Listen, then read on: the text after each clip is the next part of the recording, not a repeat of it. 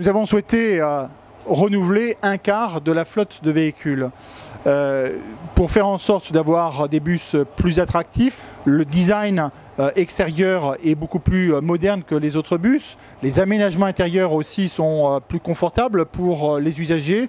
Pour les agents de conduite, c'est également plus confortable. Ce sont des bus qui ont vocation à attirer davantage d'usagers. Ces 40 nouveaux bus vont être affectés aux 4 lianes, des lignes à niveau élevé de service que nous avons mises en service en 2009. Des lignes qui sont fortement cadencées, 10 minutes sur les lianes 1 et 2, toutes les 15 minutes sur les lianes 3 et 4, avec des amplitudes horaires qui sont particulièrement importantes, 5h30 du matin jusqu'à minuit 30. Donc ces bus vont être affectés au rythme de 1 par jour à partir du 3 mars. Et on peut se dire qu'à la mi-avril, l'ensemble de ces lianes seront équipées de ces 40 nouveaux bus.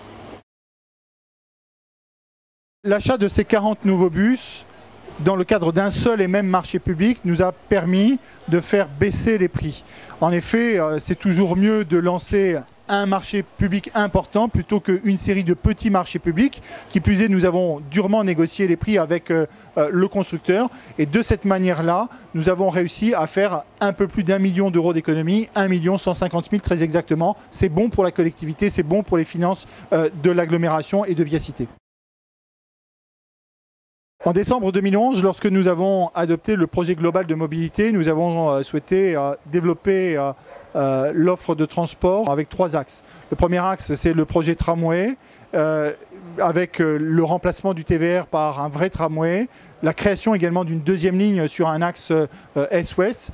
Mais nous avons dit également que c'est le second axe, nous devons améliorer l'offre de bus. Ce que nous avons commencé déjà à faire en 2009, tout simplement parce que tout le monde ne prendra pas le tramway, ne le prend pas déjà aujourd'hui. Il y a beaucoup d'usagers qui ne sont pas sur le tracé de ces lignes de tramway.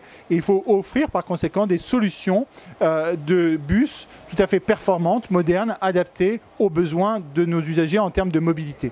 Et puis le troisième axe, c'est la multimodalité, c'est-à-dire que nous souhaitons développer à la fois le vélo, le covoiturage, l'autopartage. Donc à côté du tramway et des autres formes de déplacement, il y a bien les bus et c'est là-dessus que nous avons travaillé à travers la livraison de ces 40 nouveaux bus.